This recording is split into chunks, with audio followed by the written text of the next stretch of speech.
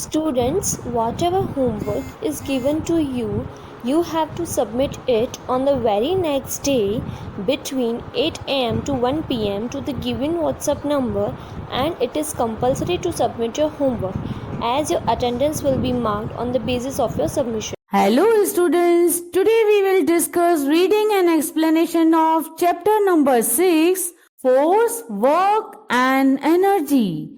In this chapter you will learn about what is force, मतलब force क्या है, types of force, force की कौन से किस्म होते हैं उसके बारे में, then work means काम क्या है, सिंपल मशीन्स मीन्स आम मशीनों के बारे में भी हम सीखेंगे, एनर्जी मीन्स शक्ति या ऊर्जा, सोर्स ऑफ एनर्जी, एनर्जी के सोर्सेस कौन से हैं, मतलब किसमें से हमें एनर्जी मिलती है उसके बारे में भी सीखेंगे, और लास्ट एनर्जी ट्रांसफॉर्मेशन, मतलब एक एनर्जी को दूसरी एनर्जी में कैसे ट्रांसफर कर सकते हैं उसके बारे में भी सीखेंगे। पर इस वीडियो में हम फर्स्ट 2 पॉइंट्स को, मतलब what is force and types of force के बारे में सीखेंगे।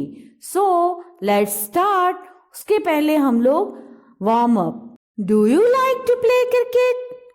What happens when you play cricket? You hit the ball to move. Somebody may stop the moving ball and someone may even change the direction of the moving ball. How do you do all these actions? You need to apply force.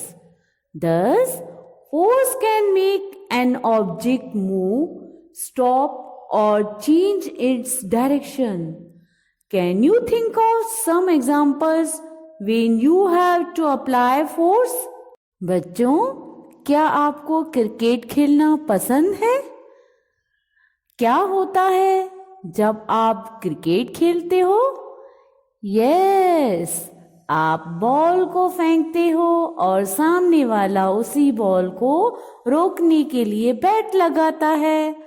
कभी कभी कोई उसी ball का direction भी change करता है।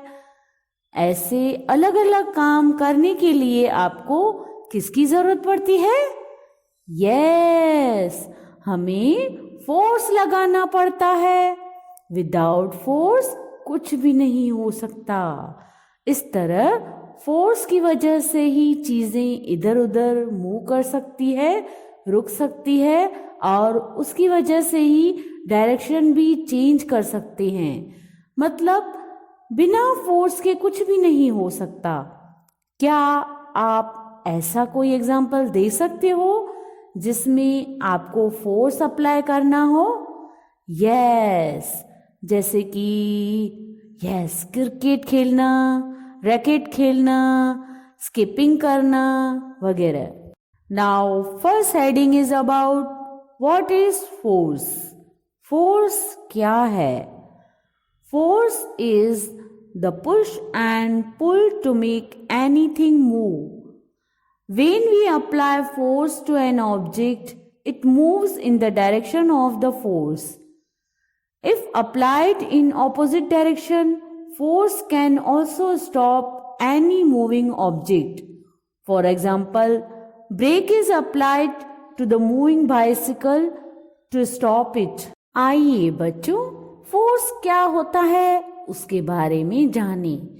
किसी भी चीज को इधर उधर करने के लिए खींचना या उसको धक्का देना, उसको ही फोर्स बोलते हैं, या बल भी बोल सकते हैं। हम फोर्स भी उसी डायरेक्शन में लगाते हैं जिस डायरेक्शन में हमें उस चीज को मूव करना होता है। अगर उल्टे डायरेक्शन में हम फोर्स लगाते हैं तो वो चीज रुक जाती है। आइए इस बात को क्लियर करने के लिए हम एक एग्जाम्पल से समझें। अगर आपको बाइसिकल को रोकना है तो आपको ब्रेक लगानी पड़ेगी, तभी बाइसिकल रुकेगी। इस पिक्चर के द्वारा भी आपको अच्छी तरह से समझ में आएगा कि अलमारी की प्लेस चेंज करने के लिए अलमारी को धक्का देना पड़ेगा। इसी तरह फोर्स कितने प्रकार के होते हैं, आइए अब हम डिटेल में जानें। नाउ टाइप्स ऑफ फोर्स, मतलब फोर्स के कौन से प्रकार हैं, आइए उसके बारे में सीखें। Forces are mainly of 4 types. Forces देखा जाए तो मेन 4 प्रकार के होते हैं। सबसे पहले हम लोग मस्कुलर फोर्स के बारे में समझेंगे। Muscular force, when force applied by using the muscles of the body, it is called muscular force. For example, a weightlifter uses the muscles of his arms to lift such heavy weights. Muscular force means शरीर के बल को use करके जो force लगाया जाए उसको muscular force बोलते हैं। जैसे कि हैवी वेट उठाने के लिए वेट लिफ्टर को अपनी बॉडी में आए हुए आर्म्स में मसल्स को यूज करना होता है। Now next heading is about mechanical force. Force applied by using a machine is called mechanical force. For example, you apply force by using the sewing machine work. For example, force used in a tractor or a bulldozer. अब दूसरा force का प्रकार है mechanical force. मशीनों के द्वारा जो force लगाया जाए उसको मैकेनिकल फोर्स बोलते हैं। एग्जाम्पल के तौर पे अगर हमें कपड़े सीने हैं तो अगर मशीन को पावर से चालू करेंगे तो अपने आप मशीन चलेगी और हमें कपड़े सी के मिल जाएंगे। इट मीन्स हमें सिर्फ ध्यान रखना पड़ेगा, पर पैरों से इतना फोर्स नहीं भी लगाएं तो मशीन अपना काम कर लेगी। इसी तरह से दूसरा एग्जाम्पल है जैसे कि बुलडोज़र और tractor.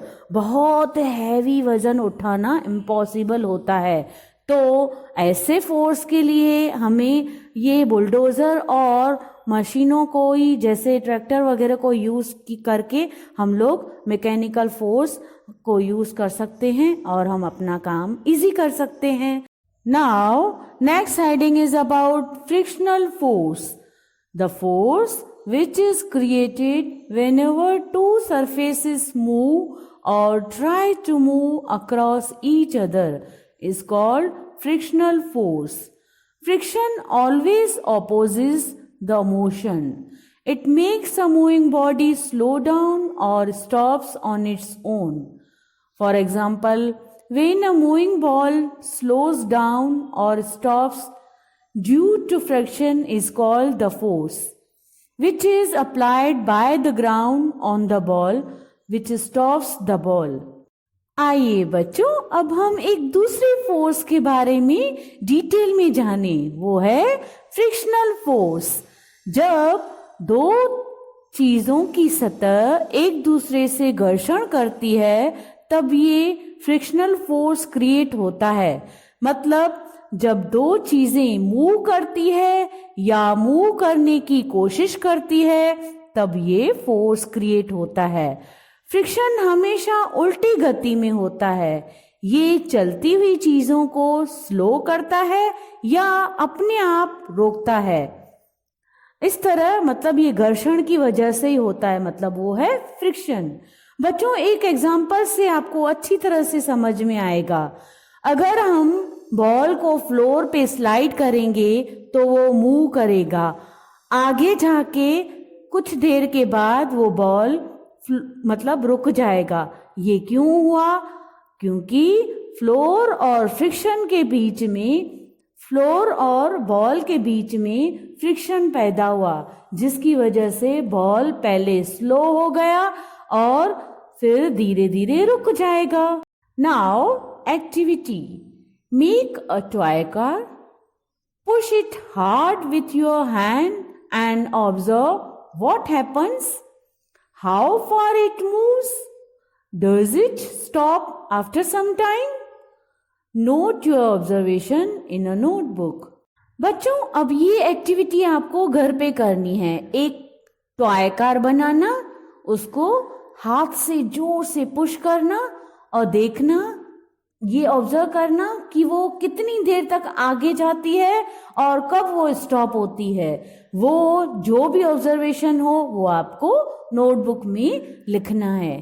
Now next 4 is about gravitational force. All objects close to Earth's surface fall towards the surface. The invisible force which draws every object towards the Earth is called gravitational force. For example, when you throw a ball up, it always comes back to the ground. Gravitational force मतलब गुरुत्वाकर्षण force पृथ्वी सब चीजों को अपनी ओर गुरुत्वाकर्षण force के कारण खींचती है। ये मतलब सब चीजों को पृथ्वी की सतह पर गिरने की वजह से ये फोर्स को ही हम लोग गुरुत्वाकर्षण फोर्स बोलते हैं। ऐसा जो व्यक्तिगत फोर्स हर चीजों को होता है उसी को ही ग्रेविटेशनल फोर्स बोलते हैं। बच्चों अब आइए मैं आपको एक एग्जाम्पल के द्वारा अच्छी तरह से समझाती हूँ। ग्रेविटेशनल फोर्स को क्लियर करने के लिए एक एग्जाम्पल है, जैसे कि जब आप बॉल को ऊपर फेंकते हो तो वो बॉल वापस ही नीचे आ जाता है, मतलब नीचे धरती पे गिर जाता है। ऐसा क्यों होता है? क्योंकि पृथ्वी सब चीजों को अपनी ओर खींचती है। इसी को ही ग्रेविटेशनल मतलब गुरुत्वाकर्षण फोर्स बोलते हैं। Do you know? क्या बच्चों आप जानते हो? Sir Isaac Newton Newton was one of the first scientists to study gravity and force. He discovered the theory of gravity. Sir Isaac Newton ये एक साइंटिस्ट थे। इन्होंने फोर्स और ग्रेविटी की खोजना की थी।